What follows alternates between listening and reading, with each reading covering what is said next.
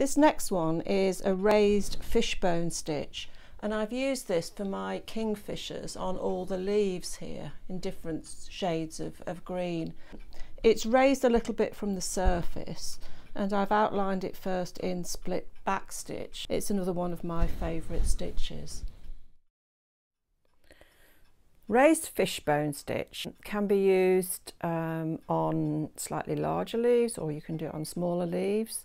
I find it works nicely on these longer and thinner ones. I'm going to do it without doing a split back stitch outline so that you can see the stitch more easily, and it's fine to do it without the outline. If you were doing a bit of a larger leaf like I did with my kingfishers, I would outline it in split back stitch first and work the stitch outside the outline, and that will give you a neater edge. But come up at the top of the leaf and then go down halfway, imagine a centre vein down the leaf, and then come up on the line to the left, immediately at right angles to the bottom of your stitch, and then go in at the top on the right and come up at the top on the left, immediately next to that stitch, and then to the right.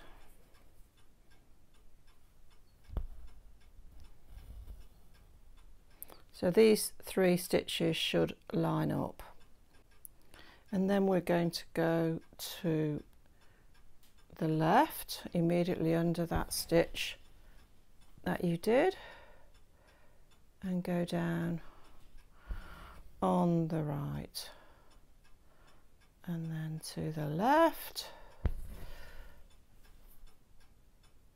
and immediately underneath that stitch on the right.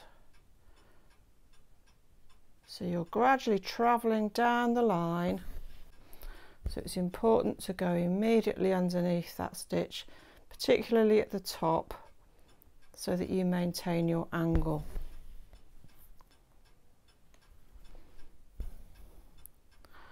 So carry on immediately underneath that stitch.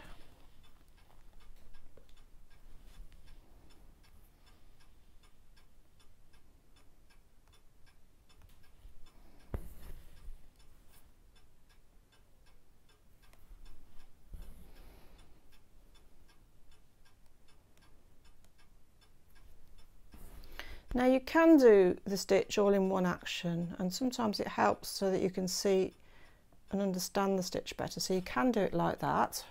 It's harder to do it like that if you're using a hoop, but if that works for you, you can do it all in one action. I find it's harder to be accurate as well,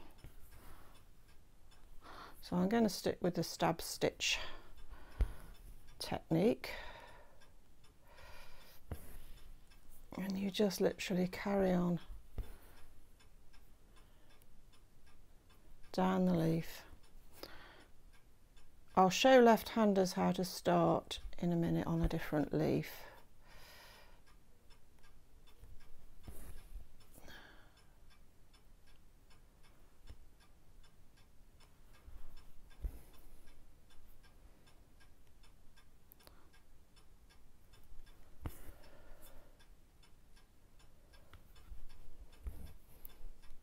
So one of the dangers, if you like, with this stitch is that the larger the leaf, the harder it is to maintain your angle, because as you get further down the leaf, your angle gets flatter, and to avoid that you need to go right next to these stitches here. If you find your angles getting flatter, then go into the same hole at the top to just compensate for a bit.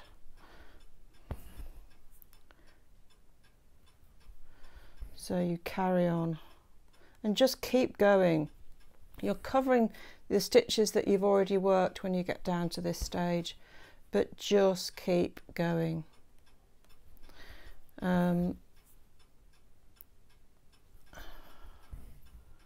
There we go. And just carry on until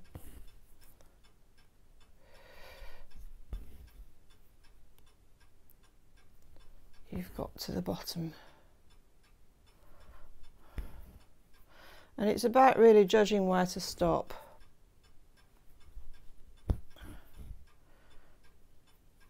You could do one tiny one there just to finish. And that's your raised fishbone. So let me show left-handers now. Left-handers, again, we'll start at the tip and take a stitch down halfway, following that imaginary vein, and then you'll come up at the right on the edge at right angles, so level with that stitch that you've just done, and then you're going to go next to that stitch following the line of the leaf on the left, and then you'll come up on the right and go down on the left.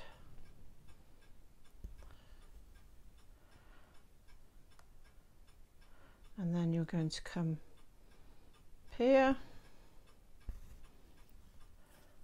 below that stitch that you've just done, go down at the top left and come up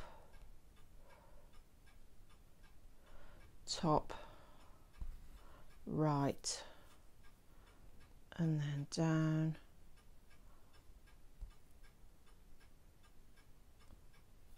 left, and carry on like that, working your way down the leaf.